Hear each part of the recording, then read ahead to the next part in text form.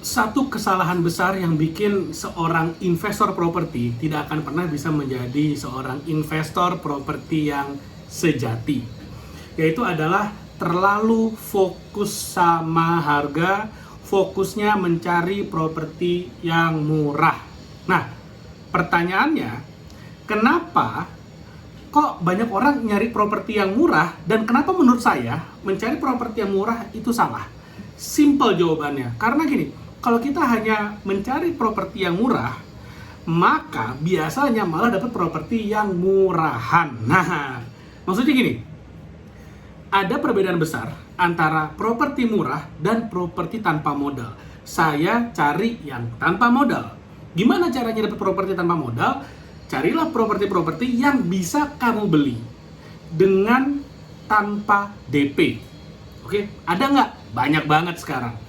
Mau rumah perdana dari developer, mau rumah second dari pemilik sebelumnya, itu bisa diolah-olah supaya kamu bisa beli tanpa DP. Dan ini penting banget karena DP itu adalah pengeluaran terbesar ketika kamu membeli properti. Jadi ketika kamu bisa nge-skip DP-nya, wah itu savingnya luar biasa. Ketika kamu bisa saving DP, misalnya rumah harga 1 miliar, DP-nya misalnya 10%, 100 juta gitu kan. Ketika kamu bisa beli tanpa DP, maka 100 juta kamu simpen 100 jutanya yang bisa kamu pakai nantinya. Nah, nanti buat apa saya akan jelasin. Jadi, daripada cari properti murah, mendingan cari properti yang tanpa modal. Lebih enak properti tanpa modal, kamu nggak usah keluar duit, oke? Nah, lalu kemudian gini, banyak orang berpikir, mendingan cari properti yang murah karena nanti harganya bakal naik. Oh iya, kata siapa? Kata siapa harga properti pasti naik kalau kamu belinya di harga murah? Belum tentu. Kalaupun harganya beneran naik, belum tentu kamu bisa jual di harga yang tinggi itu. Karena banyak banget nih elemen-elemen lain yang menentukan harga jual sebuah properti. Misalnya, tingkat ke-BU-an kamu. Se-BU apa kamu pada saat kamu jual propertinya? Kalau kamu BU banget, kredit utang misalnya, mau pindah kerja misalnya, mau pindah tempat tinggal, perlu uang buat anak sekolah segala macam, makin BU, makin murah harga propertimu karena kamu nggak punya posisi tawar yang kuat, supply and demand. Itu faktor internal. Faktor eksternal ada lagi. Ada 2 rumah sebelahan, punyamu jualnya harganya 1 miliar, rumah tetangga speknya sama persis jual 900 juta. Kira-kira siapa yang laku? Ya yang 900 juta, spek sama persis, rumah sebelahan. Artinya apa? Belum tentu harga properti naik itu bisa dijual di harga yang tinggi naiknya itu, belum tentu. Dan di saat yang sama, kenaikan properti itu sangat tergantung juga dengan supply demand. Artinya, misalnya kamu beli rumah di satu klaster, ada 100 rumah misalnya. Ternyata 2 tahun kemudian yang laku baru 10 unit, 90 unit nggak laku. Jangan harap harganya naik, yang ada turun. Yang ada harganya malah turun tuh, developernya udah pusing nggak ngerti gimana jualnya, turunin aja harganya. Pembeli sebelumnya gimana ya sudah terima nasib. Terjadi nggak? Terjadi banget. Meskipun harga propertinya udah murah, karena yang bikin harga properti naik itu banyak banget. Surroundingnya seperti apa, aksesnya bagaimana, perkembangan lingkungannya, apakah ada lapangan kerja baru, pabrik baru, ada akses, banyak banget. Yang itu di luar kuasa kita. Makanya percuma beli properti harga murah, percuma kamu fokus mencari harga yang murah, tapi kemudian kamu hanya bisa berharap, berdoa yang terbaik harganya naik. Ya syukur-syukur kalau ternyata harganya beneran naik dan laku di atas harganya, ya udah good for you. Tapi seorang investor properti tidak akan gambling seperti itu. Mungkin 1-2 kali berhasil, tapi nggak mungkin seorang investor properti yang udah 20 tahun main di dunia properti caranya kayak gitu terus, ya habis lah sudah. Nggak seperti itu cara mainnya. Seorang investor properti, mereka cari properti satu yang bisa diakuisisi dengan modal sekecil mungkin, bahkan kalau bisa tanpa modal, hanya dengan modal UTJ, uang tanda jadi, lalu kemudian naik akad, nge-skip yang namanya DP dan biaya-biaya. Ada nggak? Ada, banyak.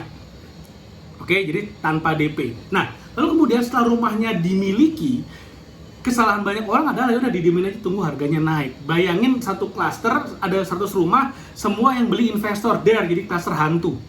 Nggak ada yang nempatin, nggak ada yang ninggalin, semuanya beli ngejemur berharap harganya naik, abislah sudah. Yang ada dimakan rayap, dimakan lumut, jamuran, rumahnya rontok. mau dinaikin harganya, ngimpi, nggak bisa. Oke? Nah, apa yang dilakukan oleh seorang investor sejati yang beneran pemain properti yang jago profesional? Yang dia lakukan adalah ketika dia beli propertinya, maka dia akan sewakan, dia akan pekerjakan propertinya. Nah, di sini permainannya udah mulai beda nih. Properti sebagai mesin cash flow, properti sebagai penghasil income. Saya belum ngomong passive income, ini baru properti sebagai penghasil income. Gimana caranya? Disewakan.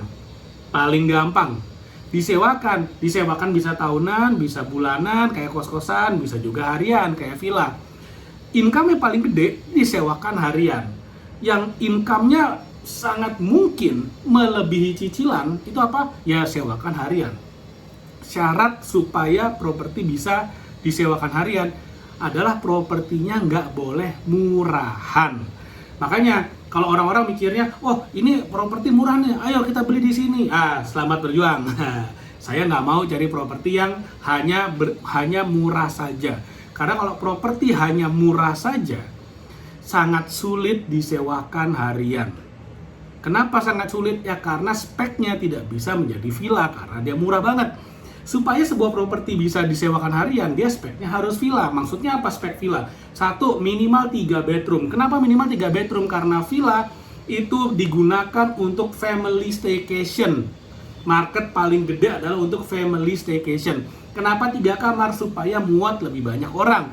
Kalau misalnya cuma 1 kamar, muat 3 orang misalnya, 1 anak dan 2 dewasa, maka kalau misalnya kita jual 1 juta per malam, anggap aja 1 juta per malam, maka si keluarga ini akan mikir, oh 1 juta, kita bertiga, berarti seorang 350 ribuan, 330 ribuan. Oke, tapi kalau misalnya ada 3 kamar, bisa muat 9 orang, 6 dewasa 3 anak, maka sekarang psikologinya beda, sama-sama 1 juta. Tapi ketika dibagi bersembilan, oh 1 orang 110 ribuan aja kok. Lebih cengli, lebih murah. Nah, lebih enak hitung-hitungannya. Sehingga peluang terjadinya sewa harian jauh lebih tinggi ketika ada 3 kamar tidur minimal. 4 kamar tidur boleh nggak? Lebih bagus. 5 kamar tidur lebih bagus. Nah, lalu kemudian syarat kedua supaya bisa menjadi sebuah villa itu adalah ada 1 ruangan di mana semua orang beraktivitas di sana. Atau kalau saya dan teman-teman nyebutnya adalah sebagai ruang kumpul, titik kumpul ya, kita berkumpul di sana. Entah makan, main game, Netflix segala macam, pokoknya bercengkramanya di sana, beraktivitas barengnya di sana, group activity di sana. Dan yang paling penting nomor 3, sebuah villa itu harus ada kolam renangnya. Nah, tapi jarang jual rumah yang ada kolam renang. Ya udah, yang penting ada halaman belakangnya, bikin kolam renang sendiri. Makanya tadi saya bilang kalau kamu bisa beli properti yang tanpa DP, uang yang tadi mestinya buat bayar DP bisa dipakai buat renovasi, buat bikin kolam renang, untuk renovasi dalamnya, buat ngisi interiornya, untuk furniture segala macamnya, bikin dapur yang cantik, dan semua hiasan ornamen-ornamennya, lightingnya, masang PVC-nya, semuanya. Nah, ini akhirnya membuat villamu menjadi tampak cantik, tampak mewah, dan enak banget buat orang-orang ngumpul di sana. Nah, ketika kamu udah punya rumah yang speknya seperti ini, kamu udah punya properti yang speknya seperti ini, kamu bisa sewakan harian dengan peluang tersewa jauh lebih tinggi. Kenapa? Kamu punya private pool. Di Indonesia, berapa banyak sih di luar daerah wisata ya yang villanya ada private poolnya? Nggak banyak. Ini adalah peluang yang sangat besar sebetulnya. Sehingga income-nya bisa tinggi banget. Income-nya tinggi banget, dia bekerja propertinya bisa membayar cicilannya. Nah, kebanyakan orang salahnya di sini juga. Mereka berpikir kalau rumahnya murah, cicilannya ringan. Tapi kalau seorang investor berpikir, ketika saya bisa beli properti tanpa modal, saya sewakan harian, maka cicilannya dibayarin sama penyewa. Pilih mana?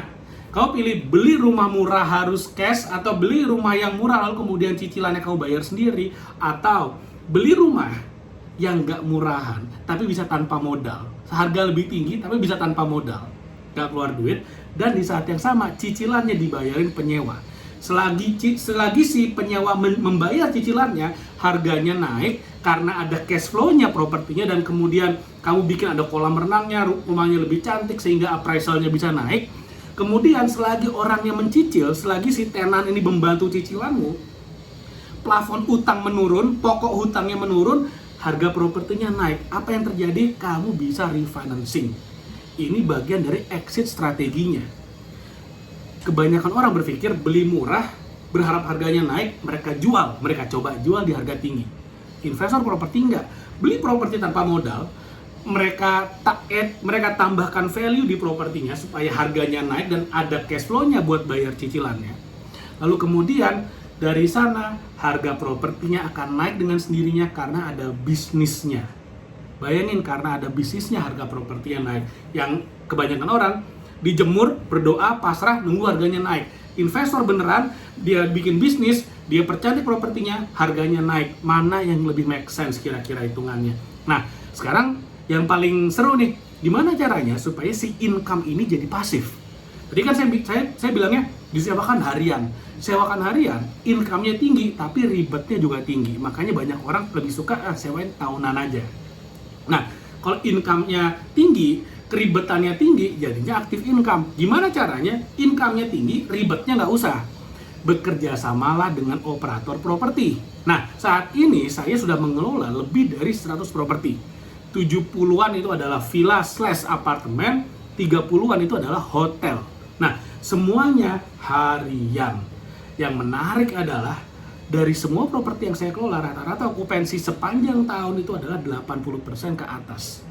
Sehingga saya tahu betul, oh, properti yang seperti ini bisa nih dimain harian. Properti seperti ini bisa nih dimain harian. Nah, kalau kamu mau diskusi sama saya, mau ngobrol, mau konsul, silakan. Nanti bisa DM ke Instagram saya @gdebp, bisa ngobrol. Perkara nanti mau saya yang kelola atau kamu kelola sendiri atau mau pakai operator lain, it's okay, nggak masalah.